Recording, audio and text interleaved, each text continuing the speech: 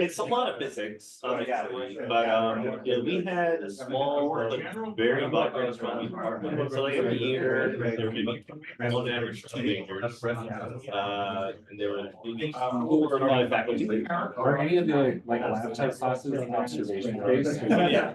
Like do you have They are. access? You are up all night in the freezing cold. I see, yeah. Collecting data. Yeah. Making sure that your eyes not stick on the. Yeah, right. That's kind of fun. I guess that's how yeah, gotcha. I almost thought that I discovered a supernova once. What was it? Betelgeuse. Oh, right. Because so we had this 15-inch telescope, you know, it's in the suburbs of Philadelphia. It's not like great seeing or anything like that. We can collect, you know, photometric data, which is basically how bright is the star, we look at variable stars over time. Betelgeuse famously is almost ready to go supernova, it fluctuates, so it's collecting data, but it's so bright for the other stars that you actually have to block out some of the light. There's a filter that you put in to block out the light. And what I discovered was the filter was like slowly rotating as I was collecting data, so it looked like it was getting brighter. I see. You were like, there, it's happening. I know. Yeah. Like all the time.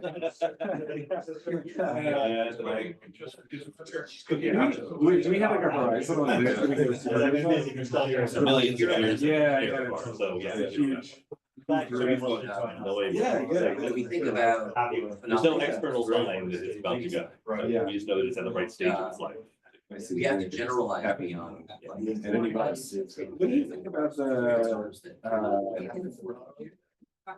potential life discovery on this? Oh, it's almost certainly the end. That's what I, yes, but I wasn't, I mean, there's 2 things. Did they really discover the chemical they thought they discovered? Right. There's really evidence of life. Yeah.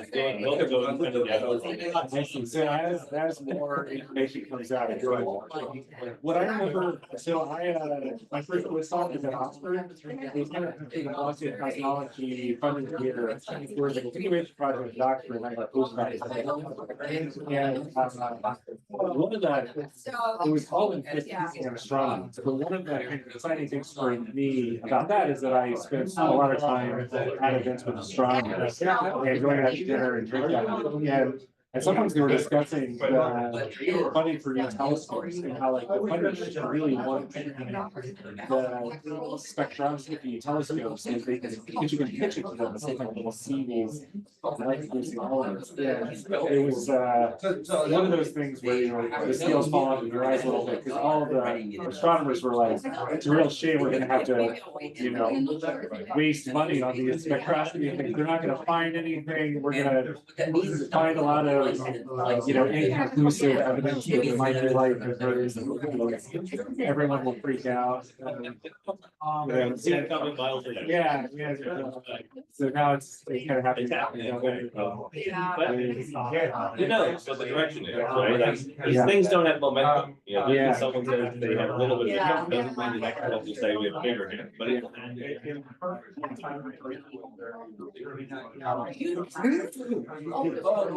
So this is somebody who's like. So you're right. I like that you guys. Yes, well, it took. Wait, Whether you're. wait, that's a different. There was a whole. There's been like a month long of getting the clock fixed. Yeah. And now it appears to be working. We have a broken clock in our computer, so don't feel. Okay. Well, the problem is there would be something where you'd fix it, you'd put it up, and then after a little while it would stop again. So we'll see. Maybe it's just another iteration of that, or maybe it's actually, you know. Yeah, you're Oliver, yes. who's the other 2 people? Adrian, I mean, Bard's not helping organize. Okay. Organize. That's great. It's very. I can start without it. He had breakfast with Carl. He's up and about. Good to meet you. Yeah, so I assume he'll be here, and I assume it'll be a few minutes late. That's great. Yeah. But I can start without it. Yeah, I mean, I can start without it. He'll just come in when I'm. You're a grad student. I'm very.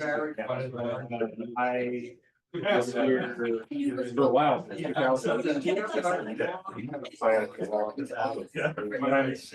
feel like I might have seen when you visited his class in 2000.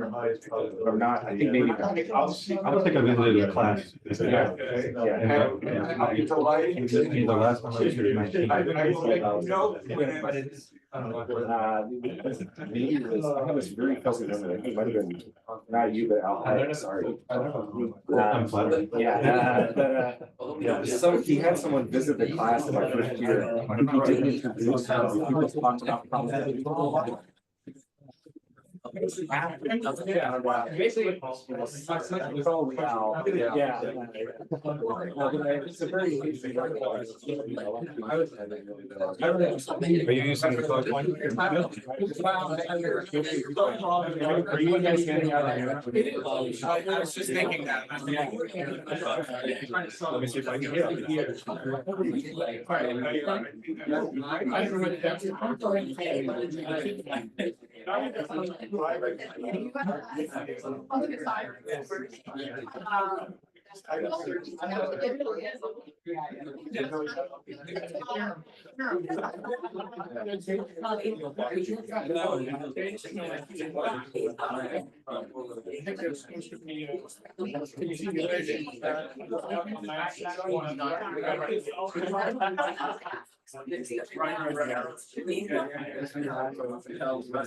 Having read over. Yeah.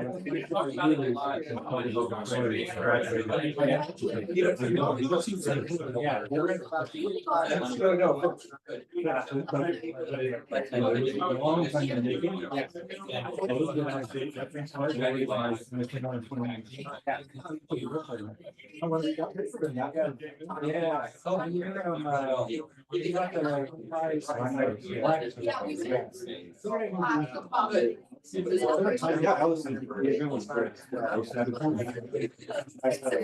Because that's people will be talking about.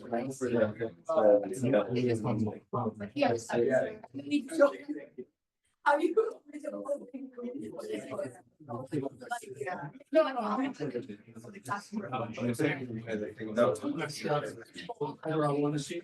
There's a guy, I don't remember his last name, he's an assistant professor, I think now that they're. Very interesting. Great. Welcome back. Good morning to all. We're gonna start in just a couple of minutes. It's fitting, of course, in honor of Barry, that Barry is maybe showing up a little late. Feels an appropriate way to have a Barry conference. We have Just one announcement, we encourage people to take photos and to save your photos. We're gonna share them somehow later. We'll just hold on to them for now. And we'll also be trying a group photo, probably just from here later on in the day, so. maybe after the last call, after the last Maybe call. after or before the last, something like that, yeah. And who's the chair? Are we starting? Carl Heifer will be chairing, so I think we should get underway. Great, okay, so, hi, Barry. It's a pleasure to introduce Michael Townsen Hicks, who will talk about a mosaic without tiles and something to do with Grue. Yeah. Great, thanks, guys. I am going to start out by talking about Barry, because it's Barry's retirement. And he's not here, so I get to make fun of him without him around. So first, I thought he was retiring when we had the conference about his book 2 years ago. And I apologize to those of you who were there, because this is almost the same talk. I gave the talk there. I got great comments. I put it in a paper, like sort of the content in a paper. That paper got published, but the reviewers told me I had to remove this content. It didn't really fit, so I'm now doing the talk again, hopefully going to make it into its own paper. So I'm looking for feedback on that. I do have different things to say about Barry, though. I just wanted I feel like I should wait till he's here. Yeah, oh, great plan. Great plan. Yeah, great. So I'll just start talking about philosophy. So, do you guys have the handout? I initially, I was going to give a PowerPoint presentation based on my previous one, but I couldn't find it.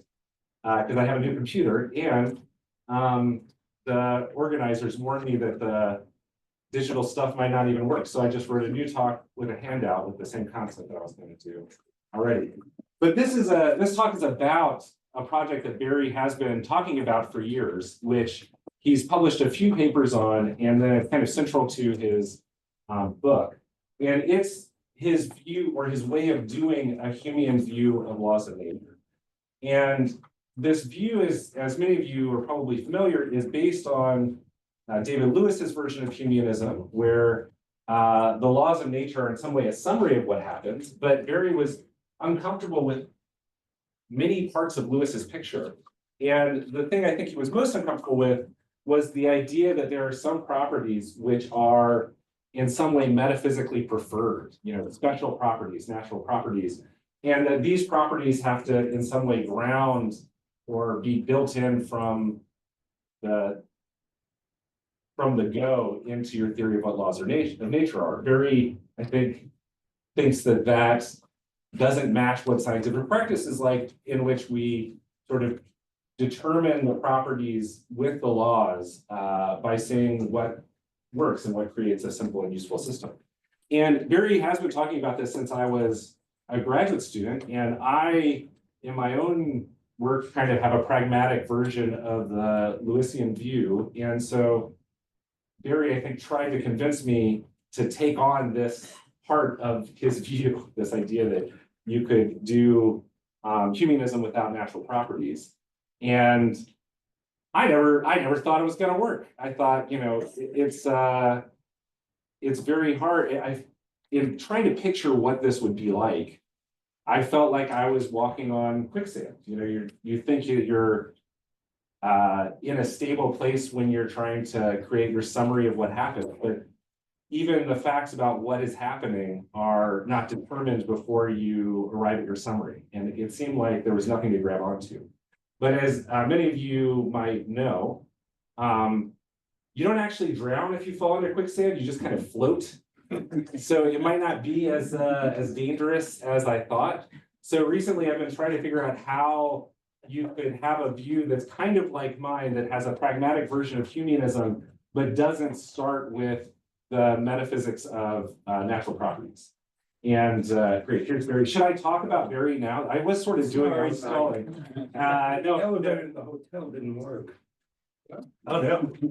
Yeah, that's our elevator is great. It's got glass. You can see the whole thing. You got into the really good. I went to a good hotel. Good hotel. Yes. Make your reservations so late, they only get the city hotel. Great. I'm now gonna talk about what it's like being a graduate student. And one of the things is that I did get to go to a lot of nice hotels when I was at Barry's graduate student. So I was Barry's graduate student during sort of a golden age of doing philosophy of science here at Rutgers, which I'm sure is ongoing. But when Barry had gotten large grants, and so he took me to Prague and the Canary Islands, I went to the Canary Islands. I mean, I had never stayed in such a nice place. Those days are clearly gone. Yeah. I'm on a different island now, and the weather is much worse on the one. And the dinner music, I don't know those of you who are there, do you remember the dinner time music? Unforgettable. We were the Canaries. Oh, the singing. Yeah, the singing, yeah.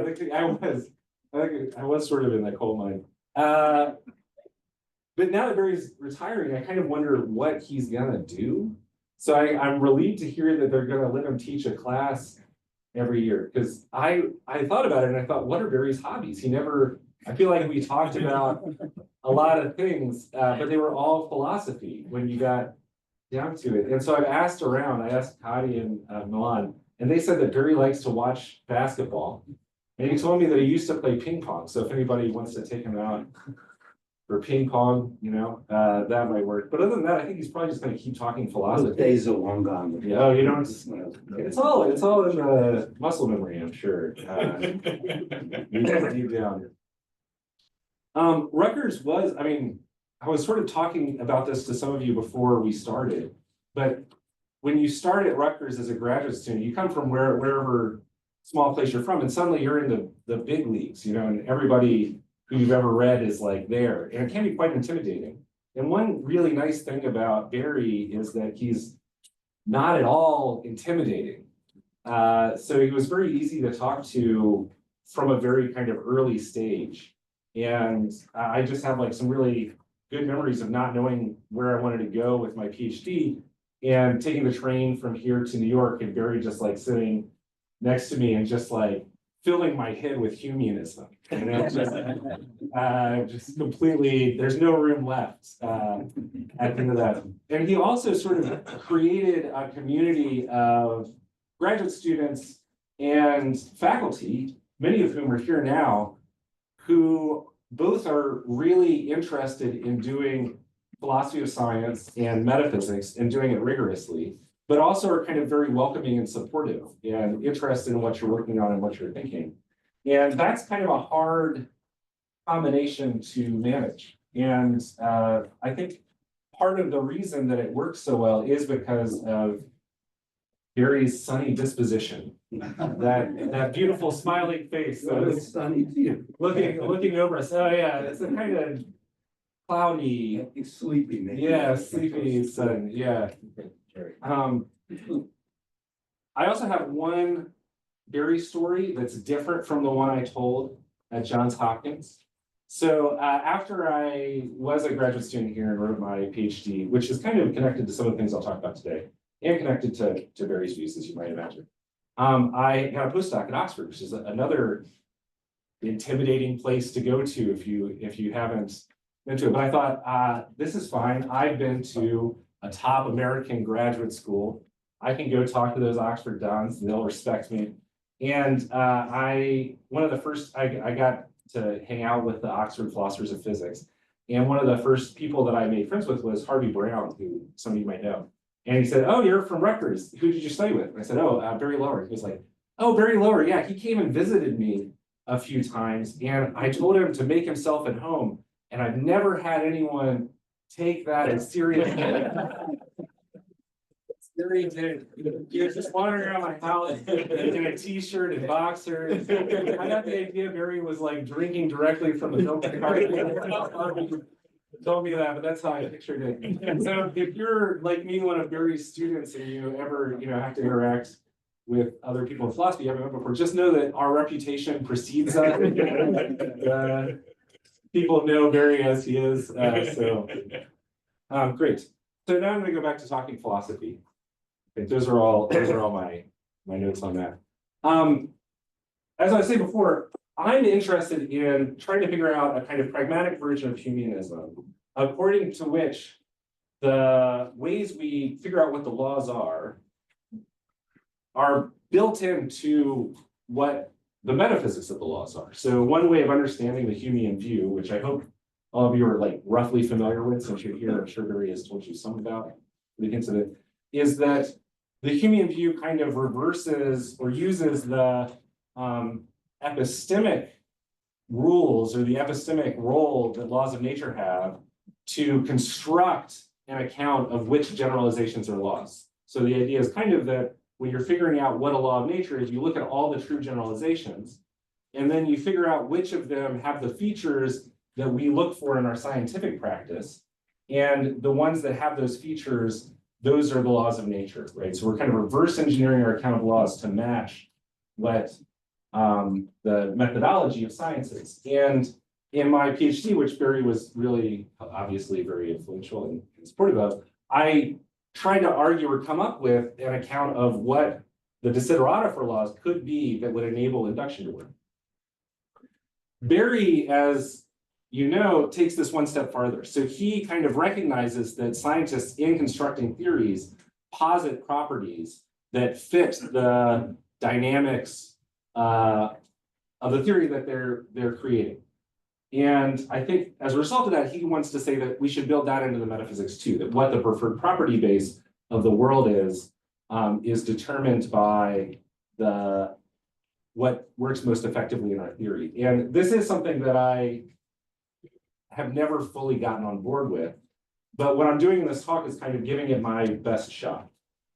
So I'm gonna sort of start by talking about where I think the problem Lewis was responding to when he came up with natural properties comes from.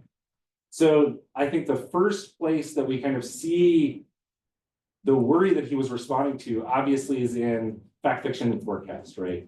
So Goodman's problem of Grue, is everyone familiar with Grue? Everyone's run into Grue. I thought you might be.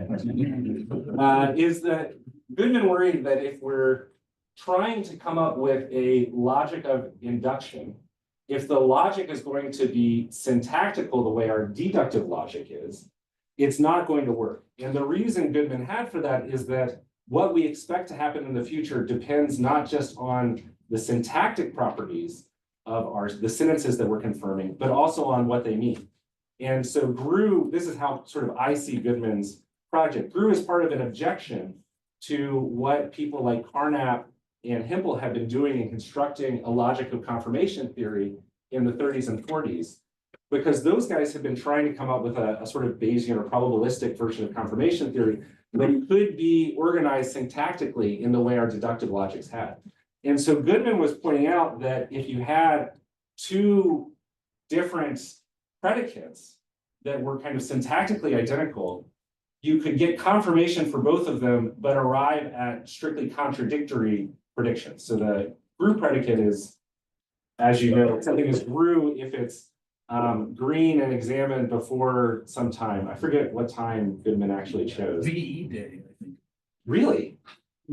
Wow. That's how patriotic. Was he, or was he British? Yeah, he wasn't. No, he was American. I knew that. Yeah, that's great. So cool. Well, I'm going to say 2050 because I always extend it further in the future, but not too far. Not too far. Yeah, you want people to hope to be alive. I used to do 2020, and then that passed, and everything's still green. Something's Grue if it's green and examined before 2050, or blue and examined after 2050. So Goodman pointed out if we,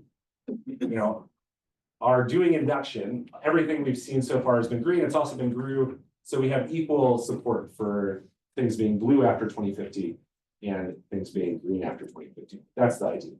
But that's not the only thing Lewis was responding to. So I think partially inspired by Grue, Putnam had raised underdetermination problems for semantics generally. And I think maybe Janan's going to talk about, no, not going to talk about this at all. The reason I thought that, I think, is because I think that there's something interesting about the way Goodman's problem works. And I am not someone who knows a ton about it, but or responses to it, that's what I mean. I'm not deep in that literature. But my understanding of Goodman's problem is that it is a problem for theories of semantics that are based on some kind of radical interpretation, where what you're doing when you come up with a semantic theory is take the sentences of your language and then try to assign them meanings in a way that makes as many of them true as possible, And so that way of understanding semantics is by seeing semantics as being primarily focused on sentences. So the primary unit of content is the sentence, and also as being sort of holistic and done almost from a God's eye view. We just take the sentences, we have the facts, and we try to link them up in a way that gets as many sentences to be as true as possible. And Goodman just pointed out that you can rearrange the sentences meanings and get just as many of them to be true. So the underdetermination worry is partially based on this idea that the primary, organ of content is the sentence, right? You say Goodman, you mean Putnam. Yeah, I do. I'll say stuff like that the whole time. But that's one of the reinterpretations. Yeah. We were talking about people that we could have met, who during our time, and Putnam is one who gave a talk in Philly on the same day we had an event here. And a couple of grad students and I thought about skipping the event here to go see Putnam, and we didn't. And so I've never seen it. And so I don't even know what the event was here. It might have been Rutgers Day, which is happening today. And we're making the right decision by saying Barry instead of going to Rutgers Day. So the last kind of underdetermination worry that Lewis directly addresses when he brings in natural properties is the problem of the predicate F. And the predicate F is something that he raises as a response, not to worries about induction or semantic underdetermination, but it's a problem just for his theory of laws. So as most of you are aware, Lewis had a theory of laws, which is similar to Barry's package deal account, called the best, Lewis's account was called the best systems analysis of laws. And according to this account, when we're trying to figure out what the laws of nature are, we take all of the true generalizations of the world and we try to organize them in deductive systems. And the system that has the most informational strength while having the fewest axioms is the law. That system becomes the laws of nature as a result of winning in this balancing game. And Lewis pointed out that if we get to simplicity is defined syntactically, right? Simplicity is defined in terms of the number of axioms we have. So if we get free choice in how we understand our language, in the semantics of our language, we can come up with a syntactically simple predicate that's semantically very strong, right? So he called this the predicate F, and the idea is we can just define a predicate F such that F of X applies to all and only things in the actual world. So it's gonna tell us everything that happens and rule out every other possible world. And Lewis thought this is a real problem for his view, because if we can arbitrarily define predicates in order to make our system simpler, we can get the strongest system we want without any work at all. And that seems to ruin the program. And I think Lewis then reacted to this by not asking what's really wrong with that predicate. What do we lose when we move to this syntactically simple predicate? And instead, he just kind of found a fix which was adding in an additional metaphysical posit, the posit of natural properties. So what Lewis said was that there are some properties which make for real similarity, right?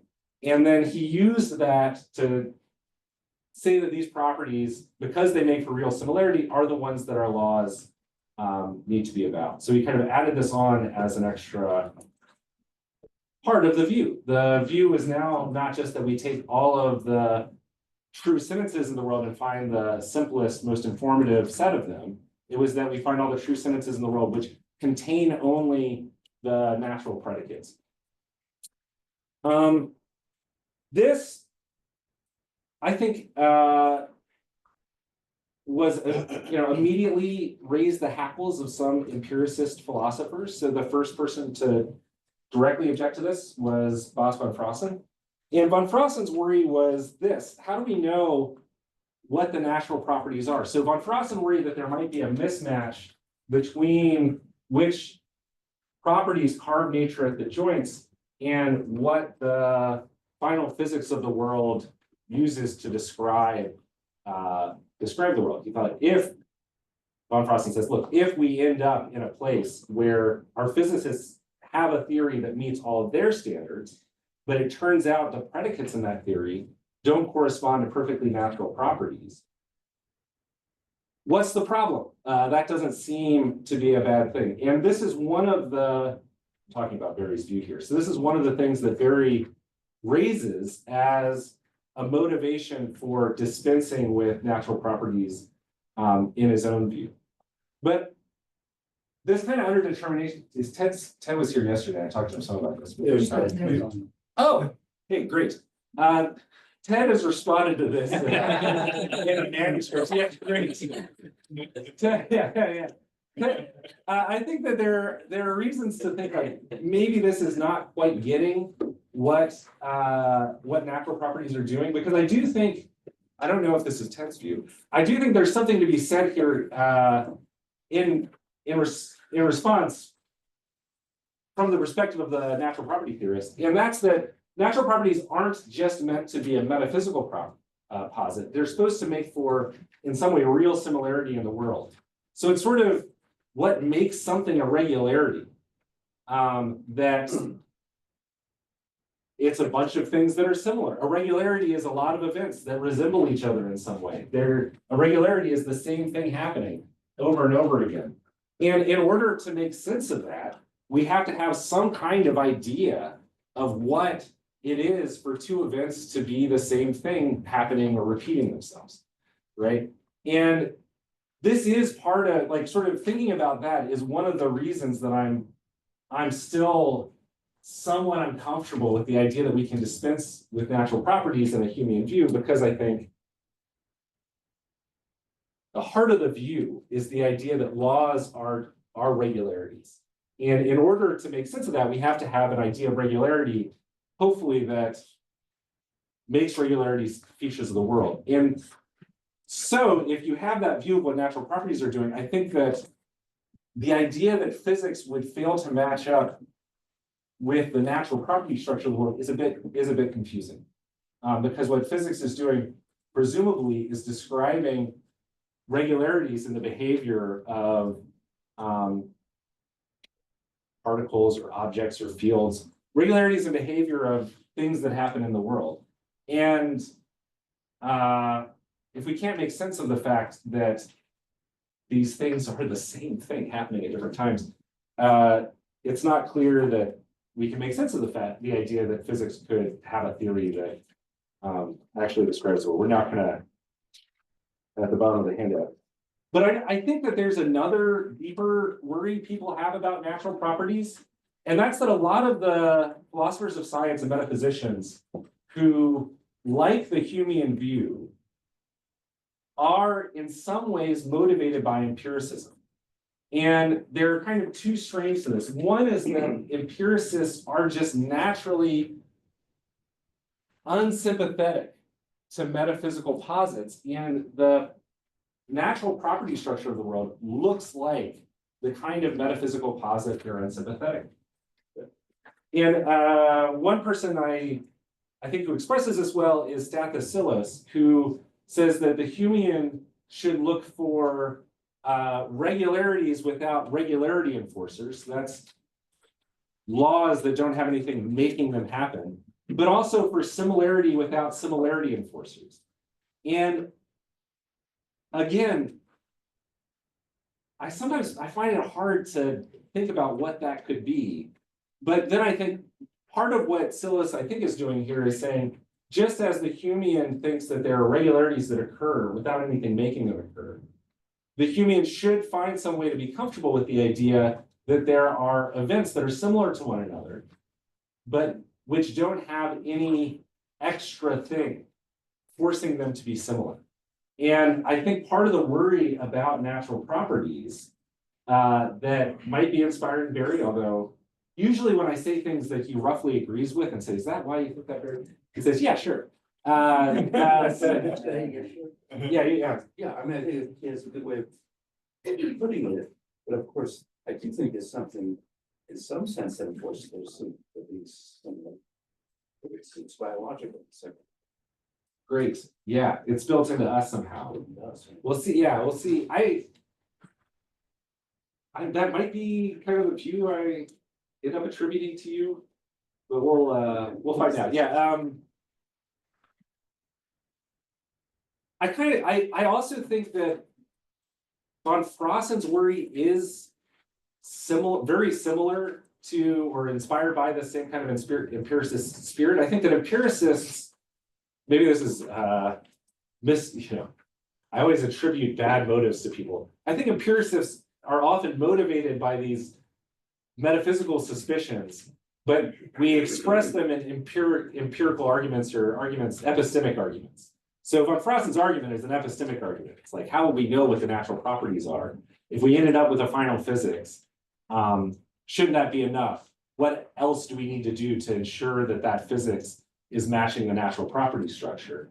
But I think that there's this sort of deeper worry, which is almost like, what work is the natural property structure doing in addition to the other things that we use to determine what physical theory is best?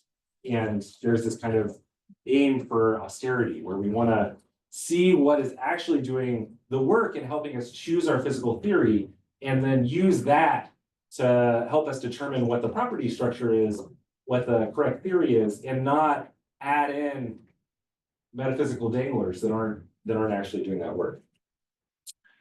So there have been, I think, two main explicit views that try to get rid of natural property structure while retaining the rest of humanism.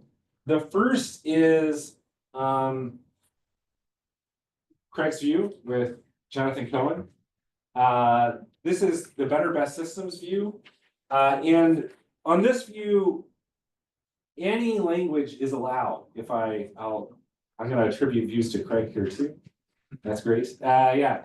So on this view, you can take any language you want, and then systematize it. And if you come up with a pretty good systematization, that's a science. So this view is kind of designed to explain the success of special sciences and their apparent independence from physics.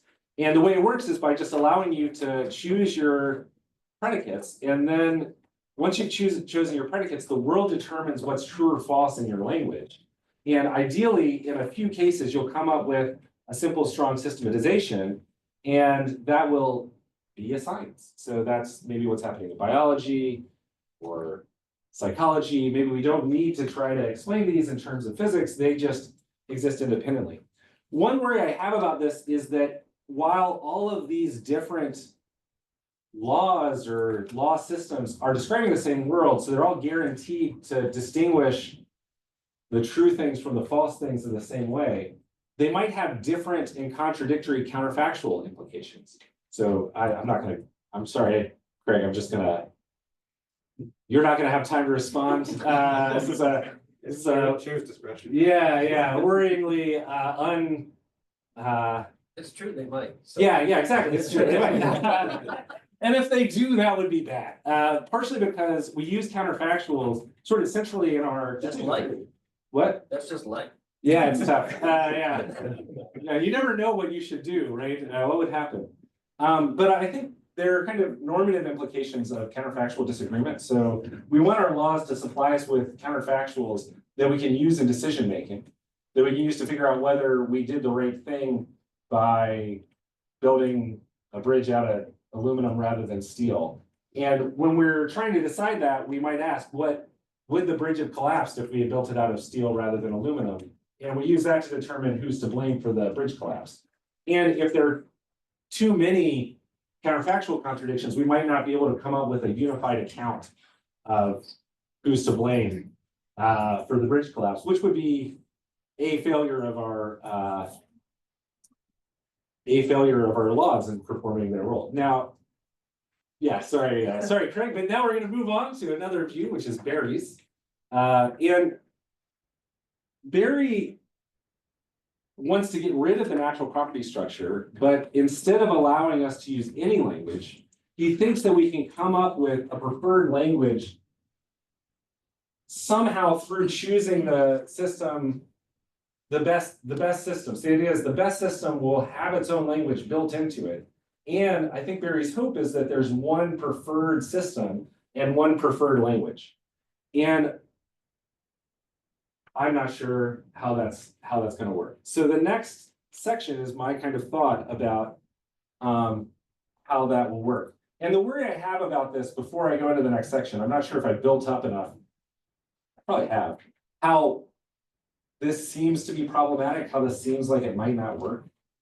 The worry I have is that there's just not enough structure to enable us to determine where the regularities are prior to our selecting a language. So at least with the better best system view, I understand what's going on here. We see different regularities with each choice of language.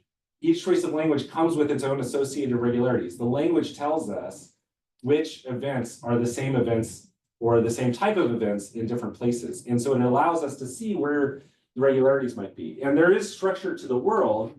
The world structure kind of enables us to see which choices of language allow for consistent regularities that have features that might enable us to do science. But there's not maybe enough structure to select just one of these systems. I worry with Barry's view that we haven't added in any structure to the kind of better best systems view. So we've allowed ourselves to choose whatever language we want. And then we're just hoping that only one of these languages will permit us to have the kind of gnomic structure fall out in the right way. And I'm still nervous about that. Do you think anything goes? No, I have reasons that are coming in the next section to think that maybe there's just one. Just said. Okay. Yeah, yeah. Anyway, Well, yeah, we'll see. So when trying to sort through this problem, part of what I wanted to do, or part of what I think Barry's view needs to do, is tell us why the greensome theory, the theory that involves the predicates that we actually think make for similarity, predicates like green, but of course more fundamental ones like charge and span, things like that, really make for similarity or fit to feature in our laws, and tell us why there's no gruesome reinterpretation of those laws where we take the predicates and reinterpret all the sentences and come up with a new similarly simple theory, right? Because as far as I can tell, most of, but not all, most of the constraints we have on lawhood remain syntactic. Their constraints of simplicity are still constraints sort of about the form or expression of the law. So if we can take our current system of laws and reassign the meanings of all the predicates and come up with another system the way Goodman did with Grue, we'll end up in the same kind of situation that we want to avoid, a situation in which it's indeterminate which set of generalizations are the laws and which predicates make for real similarity. So what I take the goal to be then, if Barry's going to be right, keep asking like this is your view, but it's my view. What I take the goal to be is to show that there's one preferred property structure. There are some predicates that are fit to feature in the laws. That this structure isn't culturally dependent or relative to our background, or something like Goodman's view, which says that some predicates are just entrenched in our practice and that's all there is to it. But not appeal to a fundamental difference between one set of properties and another. And I think that the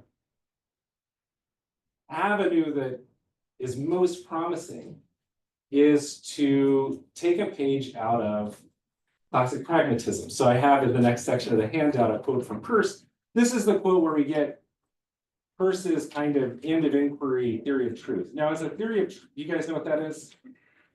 Peirce says what's true doesn't depend on what any individual believes, but it depends on what we would all agree to if we were able to keep inquiring until we all agree, which is, maybe an infinite limit. And it's a kind of very hopeful idea. It's like, you have to believe that maybe not humans, but some intelligent species will keep doing science indefinitely into the future in order to believe that there is objective truth. And I don't know if I agree with that. In fact, I don't. And I think that this is not a good theory of truth.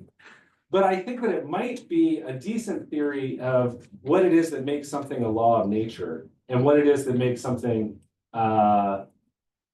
natural predicate in this, not metaphysical way. What makes something a predicate right to fit in the laws of nature. And I'm going to try to present a view that's inspired by that idea. So on this view, as I see it, the things that we can appeal to are the future and what's true in the future. I think also that we have to accept that there's enough structure in the world to make it true that all emeralds are green and false that all emeralds are Grue. So the idea is, I'm not trying to respond to Goodman's actual problem. Goodman's problem is an epistemic problem, and Goodman is asking, how can we today distinguish between one theory, all emeralds are Grue, and another theory, all emeralds are green, given our evidence today? I don't have a response to that problem. I think, as might become clear later, there might not be a good response to that problem. I'm trying to respond to another problem, which is, given that all emeralds are green, why is it that the natural or correct description of the world says that all emeralds are green and doesn't say all MRIers are Grue or something like that? Why is the correct language of science the non-gruesome language, given that the actual truth is that all emeralds are green? I'm gonna flag that this second bullet point, you guys all have my hand out. I'm not sure that it makes sense without some kind of natural property structure. For reasons that I've already stated, because I think in order to have regularities, you might need to have natural property structure. But when I think about how it might be that it's true that all emeralds are green and not true that all emeralds are Grue, despite there being no metaphysical difference between these predicates, I kind of picture a world that makes all of these sentences true, makes sentences true in any language that you want, right? A world that doesn't have that division between predicates, but does have facts about what occurs, right? And those facts are equally well described in all of these different languages. And that seems not unreasonable to me, at least right now. And it's actually very hard for me to start with that assumption and then try to push myself with explicit argumentation into believing that there have to be natural properties to make the sentences true. But that is something where I expect some people to be suspicious, because I am myself a bit suspicious.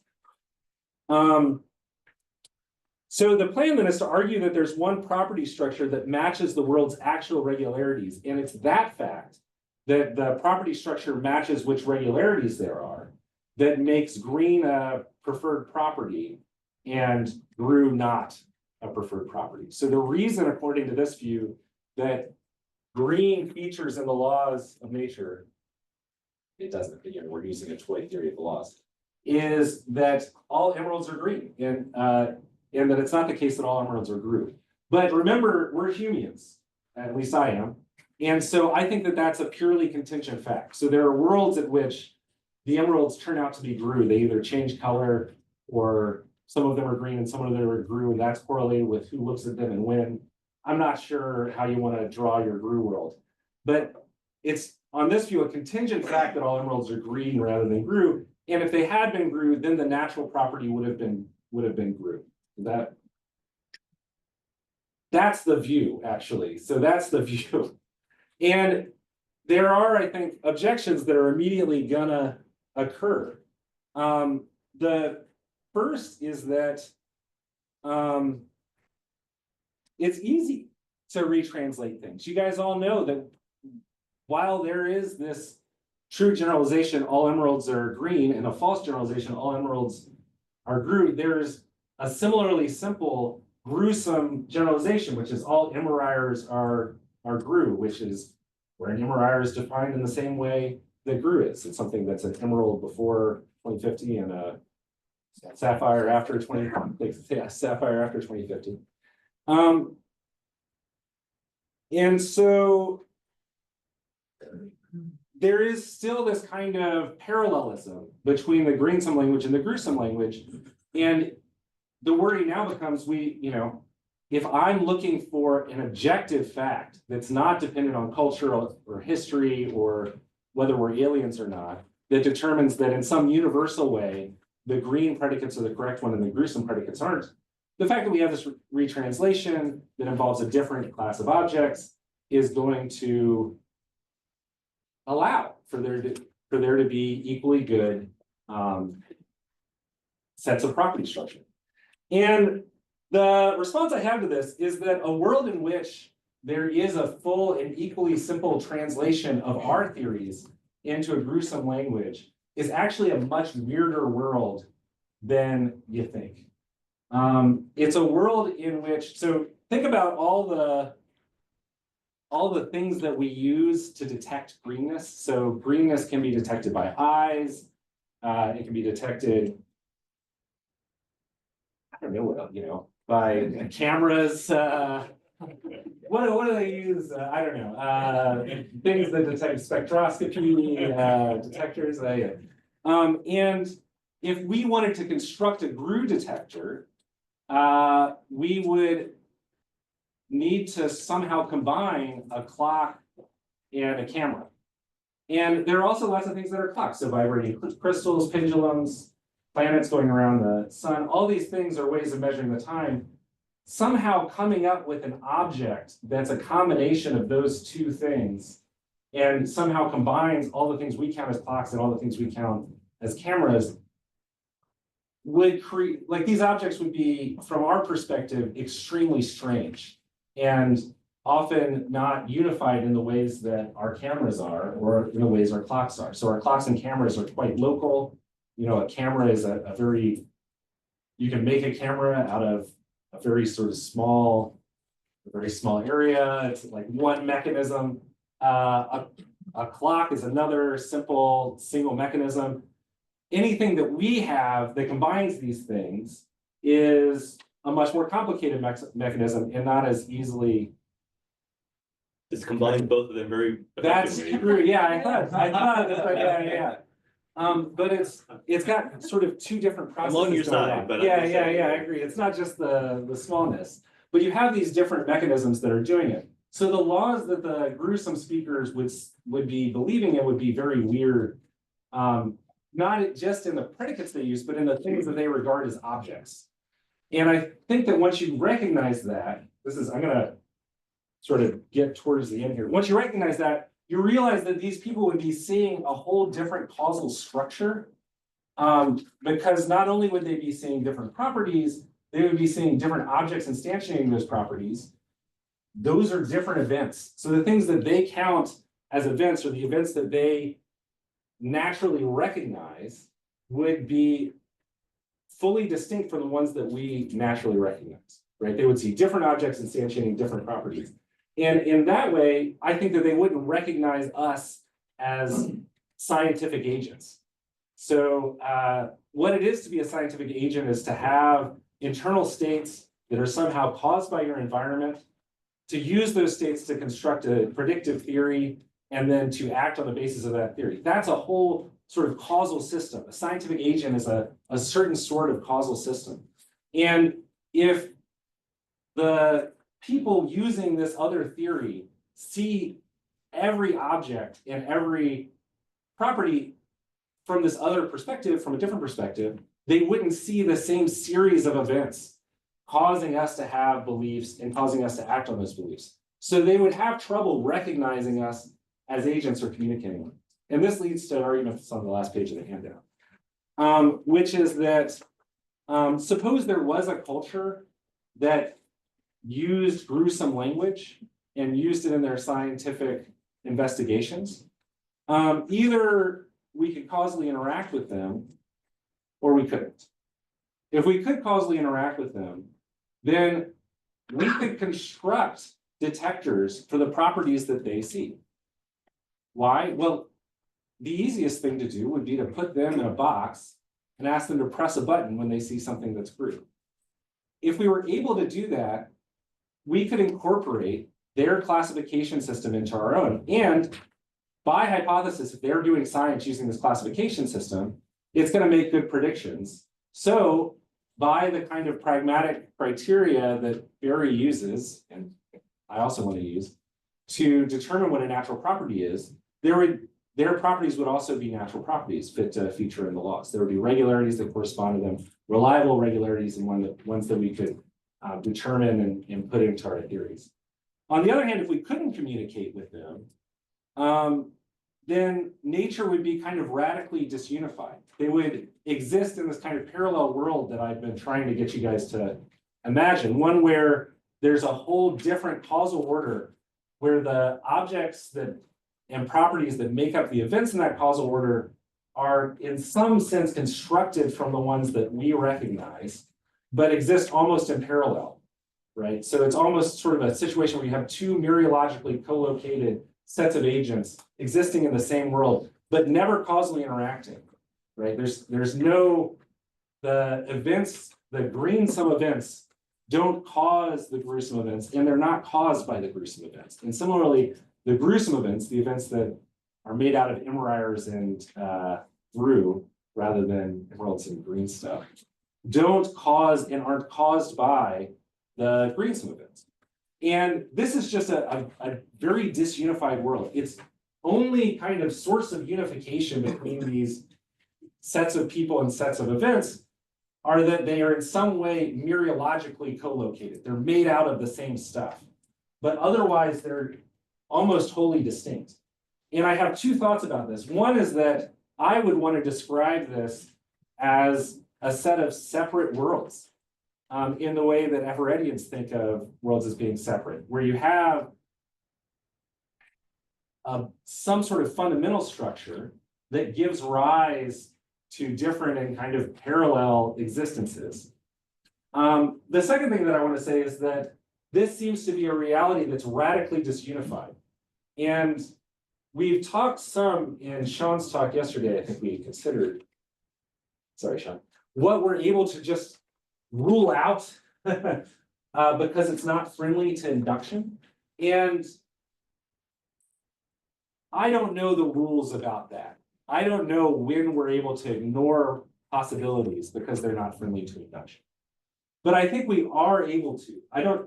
The reason I don't know when we're allowed to do that is because I don't think there's a solution to the problem of induction, right?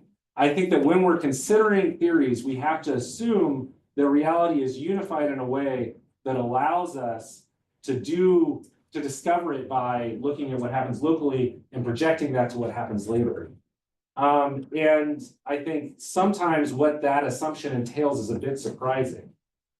And I don't think that we have a reason for doing that other than that in some sense we have to. That's what that's where I think we are on the problem of induction. I recognize that everyone has a different view about how we solve this, but as a Humean, I think it's quite natural for me to think we don't have an answer to this kind of big question, but we have to kind of keep going nonetheless. And I think that ruling out this kind of disunification in reality, ruling out the idea that there could be this entirely parallel causal system, is part and parcel of that. It's one of the things that we have to, one of the possibilities we kind of have to ignore if we're going to assume that we can learn about the world through our own inductive behavior. And that is, I think, where I want to end. I do think that we don't have a metaphysical reason to doubt that there are gruesome descriptions of the world, but I think that if you have a view, package deal type view like Barry's, where you think that what makes a description gruesome is just that it doesn't connect to the regularities in our world, I worry that you don't have the ability to, from a priori perspective, rule out these kind of parallel descriptions. But what you can recognize is that they are parallel. You're not going to ever intersect with them. And in that way, you shouldn't worry about it too much. Great, that's where I'm going to end. That's the end of the talk.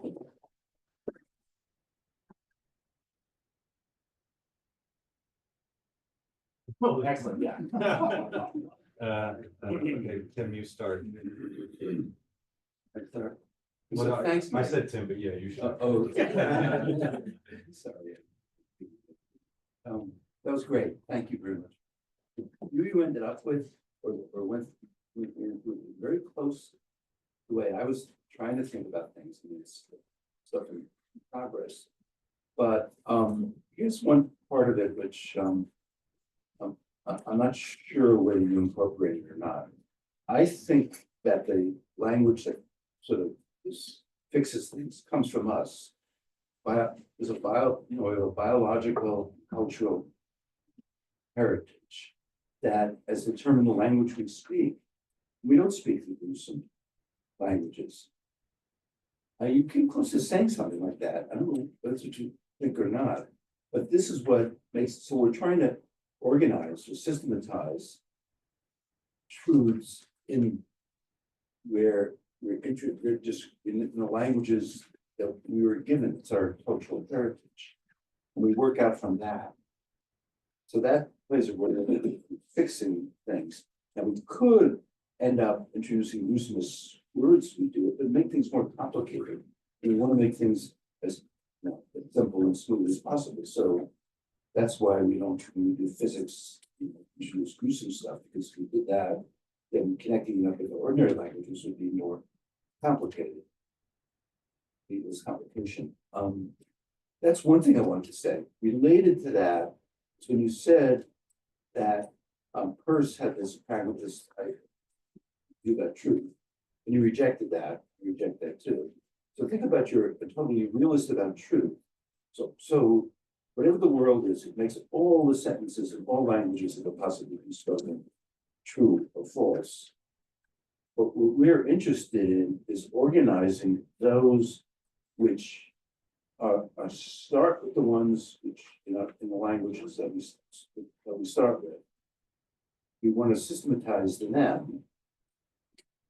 And in the course of systematizing them, it makes a distinction between what's similar to what, and we introduce, further ontology like articles to systematize connection to gas is confusing, whether ice keeps melting and stuff like that. We systematize that, you can get the goes on and on. But the difference between my view that I would like, but my view, sure, it's mine for two reasons. One is that other people have it, and the other is that we gotta have it. But it is that where the Lewis idea, or what I think of as the TED idea, too, is that somehow reality itself comes equipped with the structure. Because I'm thinking that, well, reality is there, determines all the truths of the falsities. False is false, and reality is made for human beings, and human beings then make certain decisions about what they find is similar or not, depending on how they get along in the world, and so and that determines then the beginning of what determines the similarities. So so it comes from. I've got, great, I'm gonna respond to your first point first. So I do recognize that on your view, we start with our language, which is in some way culturally determined. I'm one reason I don't like that is because I don't think the contents of our words are that culturally determined. I kind of have become sympathetic with like a really naive sort of causal theory of contents, and I think it's harder than we think to stipulate meanings if those meanings are going to latch onto anything in the world. And I also wonder how we know our language isn't the gruesome one before 2050. How do we know that the content of our word green isn't what the gruesome speakers think the word Grue means, or something like that? And I think the only answer I can come up with is that green features in the true causal theory. And so when our words, when we point at stuff and say, that thing over there, I choose the word green for it. When our words are connecting to that, they do it by our utterances being caused by instantiations of that property. And in order to get that to work, you have to already kind of have a causal theory. Does that make sense? So I worry that if we don't, if we think we're starting with culturally determined language, we have to have some way that culture fixes the meaning of our terms. And I think that in order to do that, we have to have the causal theory already. And now I'm lost in a bit of a circle. Does that make sense? I kind of see what you're saying, but I don't want to say anything more. Don't know what other people have to say. Yeah. And we have a plan to meet later this week. Yeah, sure. So we can keep talking about it. Okay, I'll have to ask everybody, hold up your hand again if you had a question. I want to make sure I didn't miss people. Ted has a Yeah, question. that's good. Okay, good. Tim, start us off. Okay, so, I mean, I'm gonna talk about this, more of this later today when I have a chance. But you brought up a historical instance, and I wanna ask you about it. So there's the actual views that people come up with, whatever they are, and then there's the underlying motivation. So often, you can discuss the views and not quite understand the motivation. Yeah. I think at the end of the day, you've got to take, and you gave an example here, which I don't understand, or to start with a case where I understand. I understand why Lewis thought he needed perfectly natural properties, because I think he did, right? If you take what he calls it's a whatever view of properties where a property is just a set, right? Then the Mosaic has, you might say, too much structure or no structure. Anyway, it's uniform, right? There's just no pattern in it, right? Because everything I have, I share a property with the Eiffel Tower. Which one? Being a member of the set that contains only blah, blah. And he says, no, then you have no patterns to try to capture in your laws. So I need to make a distinction between property. I'm gonna tell you it's perfectly natural. Once I understand why he did that, I think he had to do it. I think he was right to do it. Then you say, well, Voss offers this objection. What if scientists develop their theories, and part of their theories are assumptions about what the perfectly natural properties are, but they turn out to be wrong, right? They're satisfied with their theories, but they turn out to be wrong. And my reaction to that is, yes, so what? I mean, here's another example. What if the world only started 5 seconds ago? Could be logically possible.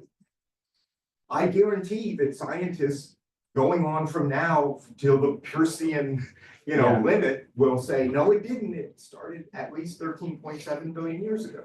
Okay, they'll be wrong. Big deal. So what? We know that the inferential methods of science are not infallible, and we can think of nasty worlds where being perfectly reasonable leads you to falsehoods. So I just didn't understand what the hell is Voss expecting then as this objection. So if that's one of the main objections to perfectly natural properties, I don't understand it at all. I mean, he thinks the world has to accommodate itself to our investigative capacities in some way. I was thinking that first, I agree partially with what you're saying here. So I'm not fully convinced by this objection. I think that it's motivated by this deeper concern about the metaphysics. And so you start with that deeper concern about these metaphysical posits, and then try to come up with objections to it. And the epistemic objection, I think, is I might be wrong about Voss, but I think for him is motivated by this deeper concern about the metaphysics. But I think one of the reasons Real quick. You use the word metaphysics many times, and it has a kind of sneering tone to it. Yeah. Empiricists don't like metaphysics. Yeah. Metaphysics is just ontology, where they don't like reality, they don't like Yeah. existence, they don't like.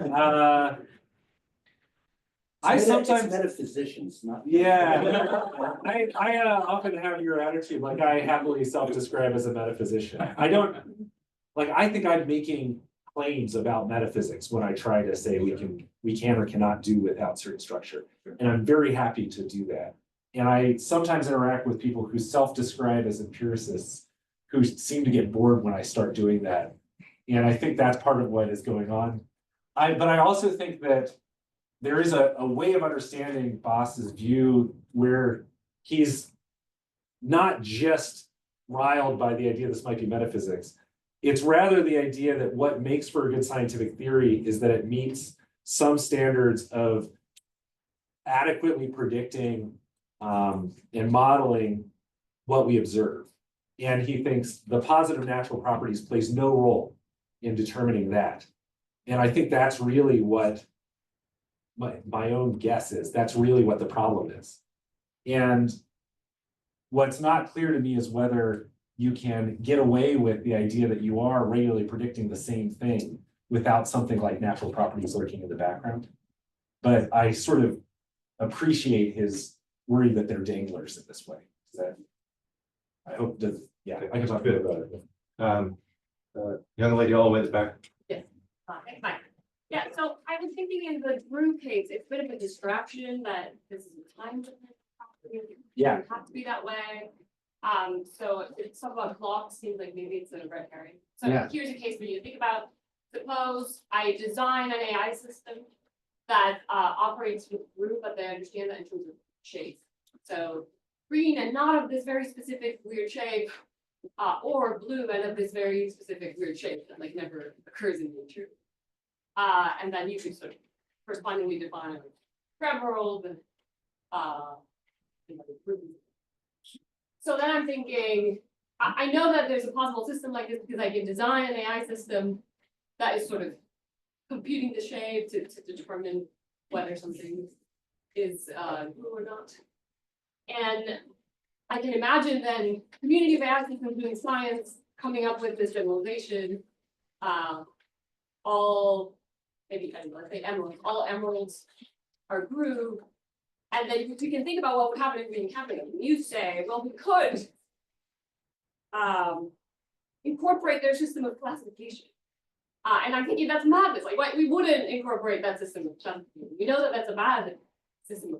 We could do it, but like we wouldn't. And so that just shows that if you're just kind of approvingly saying that this is good science for this system that happens to have this concept, then you don't get the objectivity that you wanted, because when we encounter them, we can't sort of embrace those standards. We have to say, no, no, no, that's madness what they're doing, and they'll say what we're doing is madness, and the Louisian intuition is that we're right and they're wrong. It's objective fact.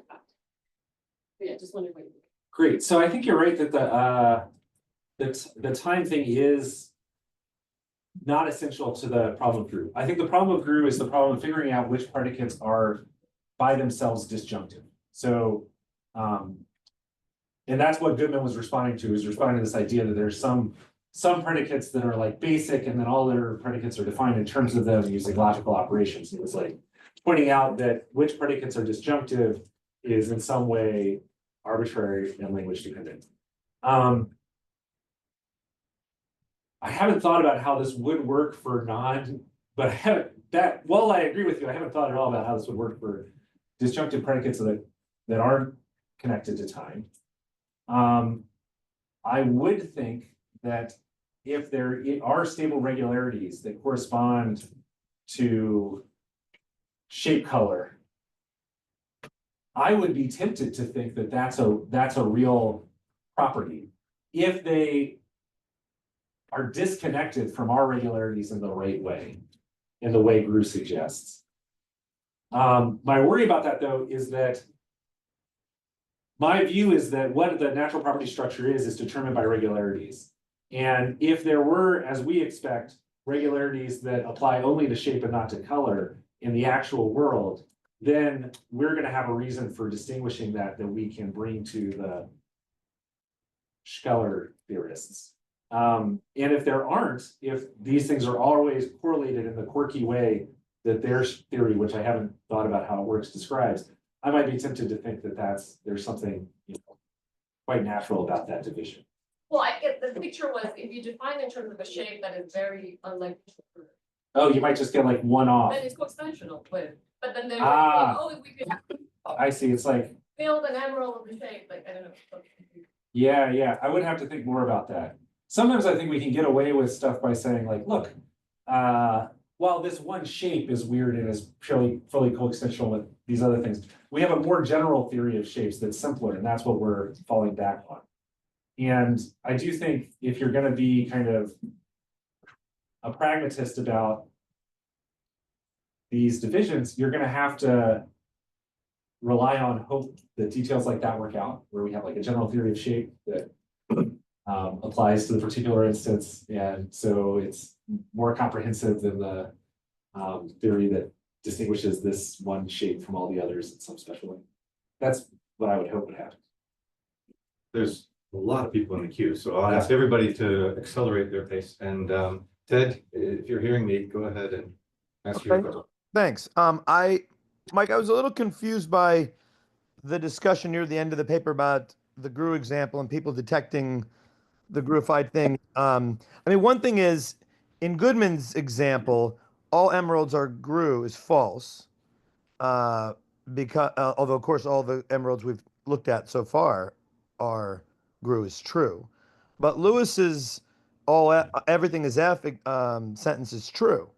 And the problematic sentences there, the problematic, best systems that will give you the wrong laws are all true in the world. So I was a little confused by that. And I was also confused by you're using the fact that it would be difficult to imagine a creature detecting Grue things as a way to disqualify. I mean, I don't know how you would mention that fact in a constitutive account of law, because detection is a causal notion, and that's all bound up with the notion of law. So but I mean, we have the correct notion of causation, so it would be, you'd have to imagine a kind of odd thing to detect a property like Grue. Gave a complete Gruified description of the world, you would have some Gruified notion of detection and some Gruified notion of, causation attached to the Gruified notion of law. And in this other description of reality, what would be hard would be to, quote, detect green and blue things. So I don't know how you were imagining those remarks fitting into a theory of lawhood? Great, thanks. That's a great question, and partially it comes up because I cut out my own view from the handout. I don't know if I'm able to fully respond to your worry using elements of my own view, but as I've said in passing, I have a kind of pragmatic version of Humeism that modifies Lewis's lawmaking desiderata. So I think instead of just appealing to simplicity and strength, we should think about how our law systems operate in local scenarios or subsystems of the universe. And I think I can characterize those in a way that's non-causal, but which rules out things like the predicate F. So the predicate F is true, but it's not true of subsystems in the way I want to describe it. And that's because it's not such that if a subsystem, like the things in this room, had been the entire universe, everything in the room would be F.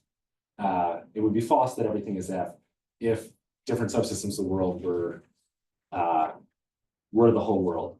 And I think that elements like this, elements of a pragmatic kind of version of the lawmaking desiderata that don't explicitly mention causation, but look at the features that we use to figure out what the laws are and project from one subsystem to another, I think that will rule out the predicate F. I'm not sure that it will rule out all Gruified true descriptions. So I think I have some hope for some of them. And I think that I do have the ability to talk about mechanisms. The idea is that mechanisms operate, we can characterize mechanisms without explicitly invoking causation by talking about correlations between one subsystem and another. So we can sort of characterize detection in terms of correlation and then hope the correlations are universal. They're all over the universe. They'll have the right features to ground an account of causation. But I think the details there have to be worked out. But that's the kind of tools that I would use to try to respond to this work. Okay, thanks. Good, Eddie? Thank you, Mike. So the question is about last argument. And I think in relation to Veronica's question, your response, there actually are genuine cases of Grue system in the world in artificial intelligence system. For example, deep learning and large language model, you have adversarial text. You have kind of cases of Grue, as argued by, say, Cameron Butler and others. You have single pixel attacks. Is a cat or dog? Change one pixel, it's ostrich. Change another pixel, it's an alien, something else. So those things are like classification that are gruesome in some ways. And then in this case, there is potential counterexample to the final conclusion, which is if we communicate them to unified systems, then there might not be a single classification system in the end, because there's a phenomenon called double descent. Suppose you have over-randomization of deep learning models, go beyond this kind of overfitting regime, you get better descent again. So the first one is underfitting, overfitting, you have the sweet spot, which is what we latch onto for a simple description, lawful regularities. But you go further, very complicated systems, you get another descent, better predictions. So that's the thing that machines latch on, make better predictions than what we have.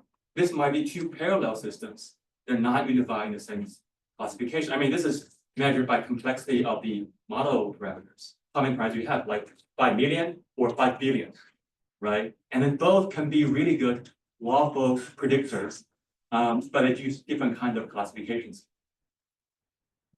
I think I worry about these cases. So the idea is like, if we have enough computational power, we can have much more complicated theories that latch on to better regularities. One of my thoughts in response to this is that the traditional, unlike what I was saying to Ted, the traditional accounts of simplicity favor the simpler system. Another thing that I think about deep learning models is I really worry that they're overfitting the data, even in these.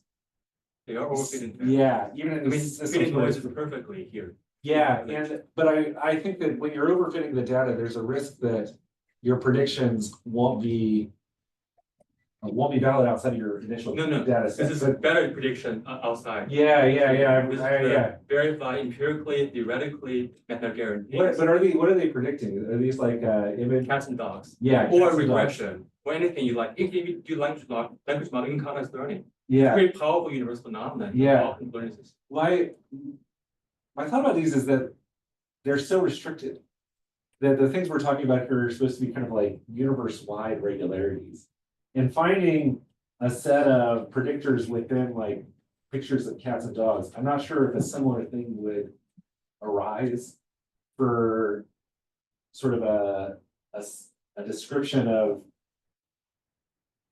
all the events that occur in the world, but I'm not confident that it wouldn't. I mean, it seems possible. So that's an inconclusive answer, but my hope is that these things would not occur if you're not just looking at a very restricted task. Does that make sense?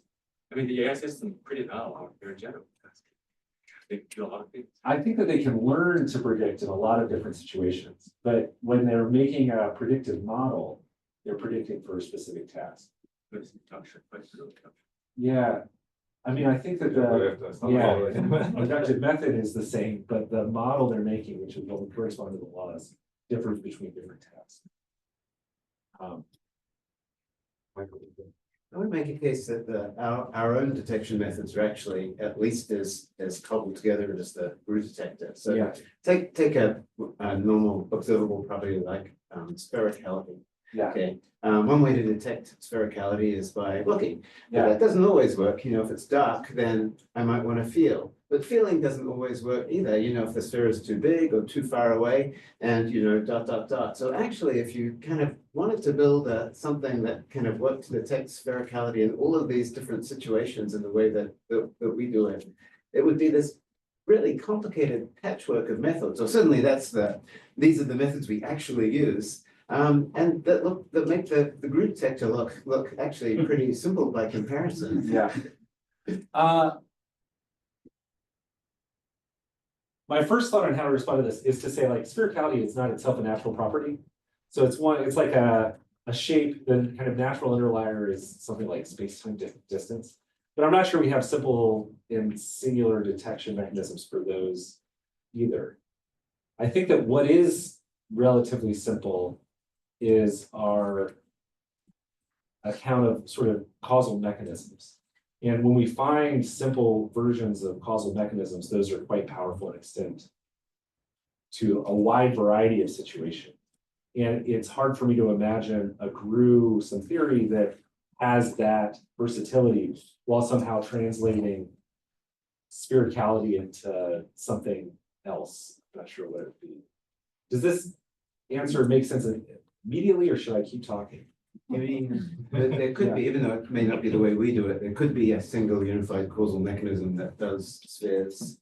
I was thinking that the spheres aren't going to end up as natural properties in our fundamental theory, right? They're fairly natural, but they're not the things that feature in the theory, right? The things that feature in the theory are distance relations and forces or fields. It's pretty easy to define spheres in terms of distance. Yeah, it's not hard. Yeah, I agree about that. But I feel like that's sort of a slight side issue.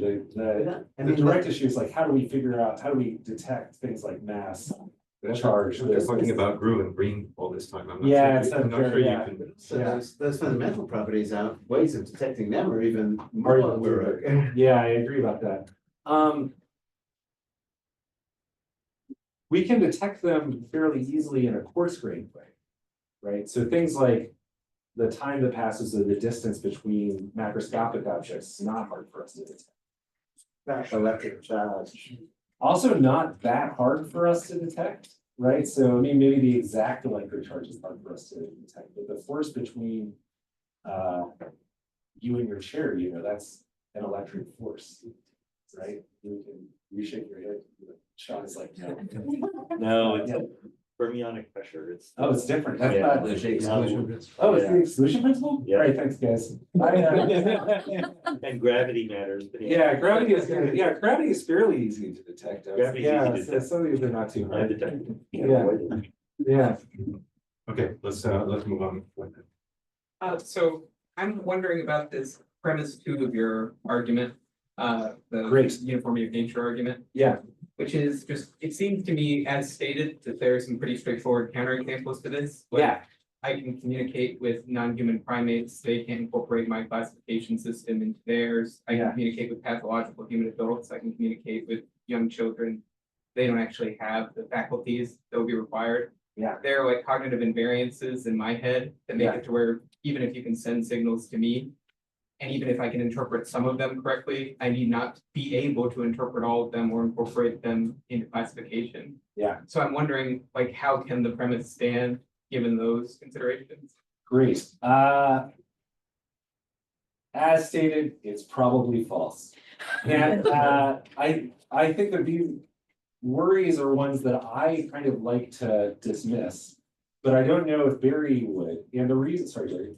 And the reason is that I'm hoping that when we talk about what our law system is, we can do so in a way that abstracts away from our cognitive limitations.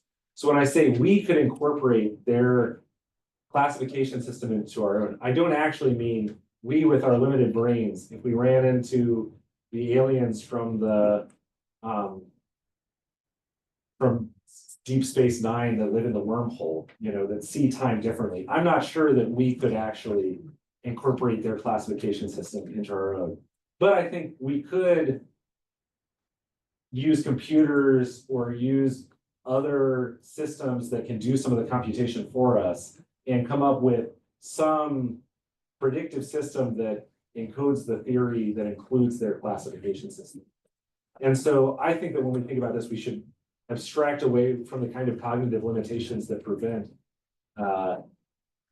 chimpanzees from really latching on to the regularities that we as humans understand. And I think that we have to do that if we think that laws of nature are fully universal and apply in the same way to every thinking species, even those that can't understand it. But there are some people in my own camp of pragmatic theorists about laws that think, no, each species should have laws that work for it based on its cognitive abilities. And we should build those directly into what counts as a law. And those people would reject this premise for the reason that you get. They might think, no, it's just fine for chimpanzees to have different laws than we do, because they're going to reason causally different. If they causal reason, it's going to be different. I thought like a general argument that I might have is just like from no free lunch theorem sort of considerations, I'm gonna basically, I'm always need an inductive bias in order to gain performance at a task. So I'm sacrificing performance at some other task. You might think there's some optimal solution for the physical world that means that there's one universal prediction algorithm that dominates in the limit for all physical tasks. That's like a highly non-trivial prediction that I don't know what the motivation would be for. And so it could be relevant relative to what tasks I particularly happen to care about, what classification systems are physically possible for me to realize. And in which case there would be this sort of fragmentation. I mean, I'm not sure if this I don't know if this connects to what you just said, but I don't think that the laws of physics are the optimal predictive system for every situation. I think that the reason we have laws of biology is because they're simpler, easier to use, less resource intensive, and good enough for the situations that we use them in.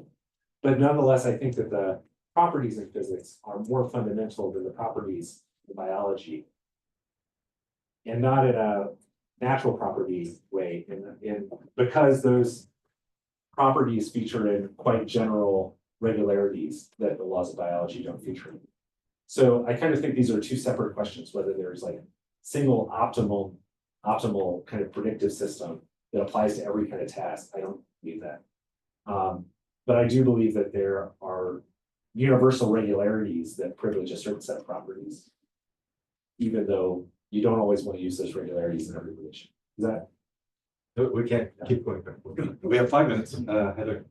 Yeah, so I wanted you to say a little more about how you think about causation. Yeah. So you've appealed to it a lot. Yeah. And I know humans, you know, they don't go into fundamental causation or anything like that. So the kind of standard story is you have to first get the laws. Yes. And then those either back or somehow underwrite the causal facts. Yeah. So do you see it as kind of like a big happy circle? So in the end, it's these causal principles. That's why I'm latching on to the things that I am. Yeah. But those in turn are gonna be determined by the mosaic I end up with and how that gives rise to the laws. Yes, I think of it as a happy circle, and this is related, I think, Yeah. to my response to Ted and partially to my response to Barry, because I have a causal theory of meaning, where you gotta get the laws in first. But I do have a strategy for doing this, which is I look at our sort of way of discovering causation through correlations. And then I hope that there are universal correlations that have the right structure to ground causal thinking. So the idea is to start with the structure of causation and then excise the causal language from it and see kind of what remnant of correlation is left and look for regularities that have those correlations built into them.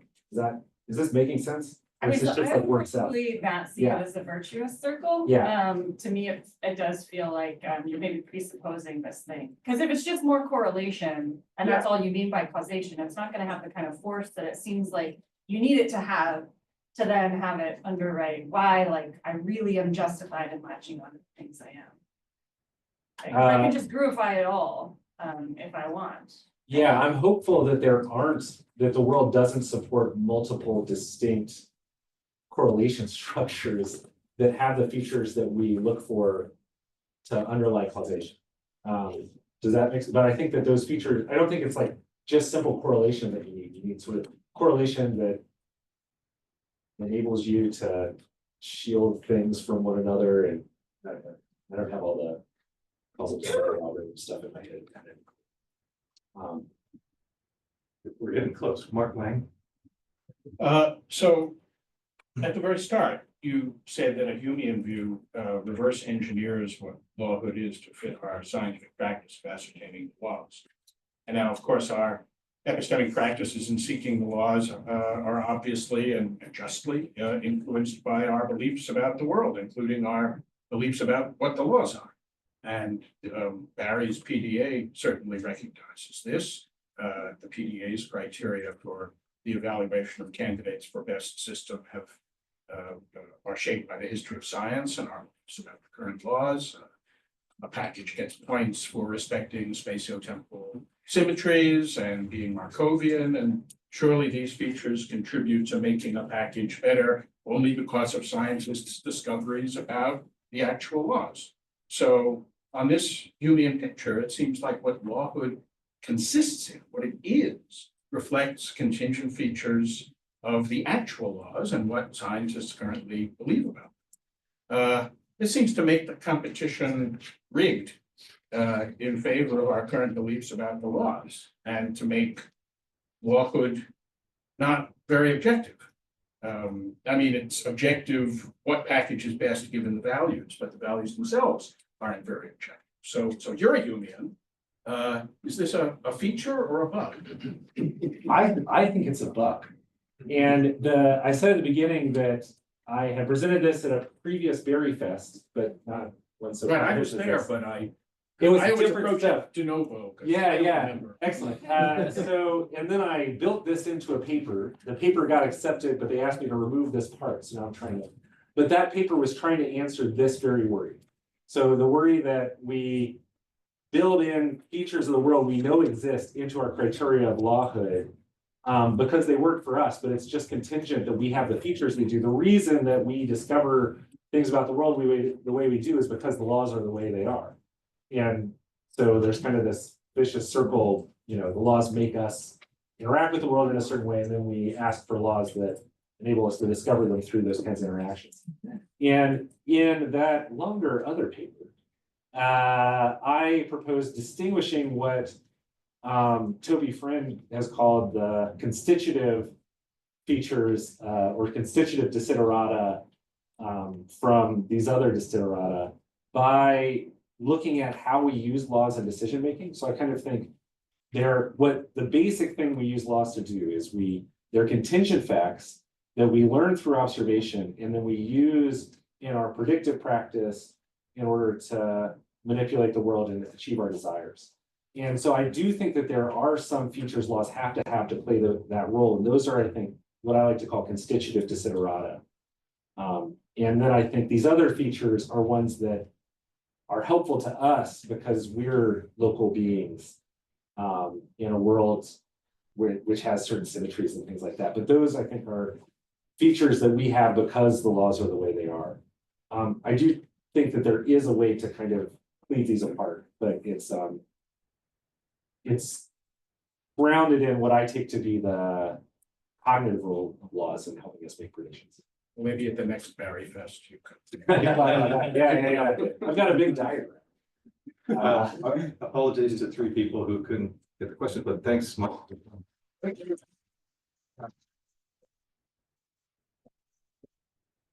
We'll resume in 10 minutes.